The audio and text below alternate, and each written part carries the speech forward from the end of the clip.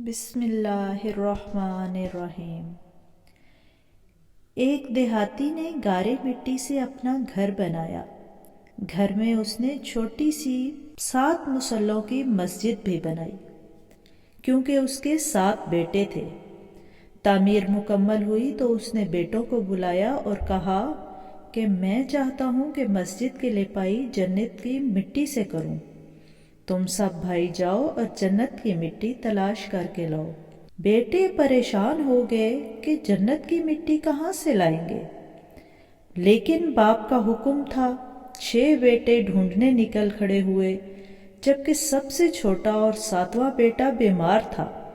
وہ گھر پر ہی رہا۔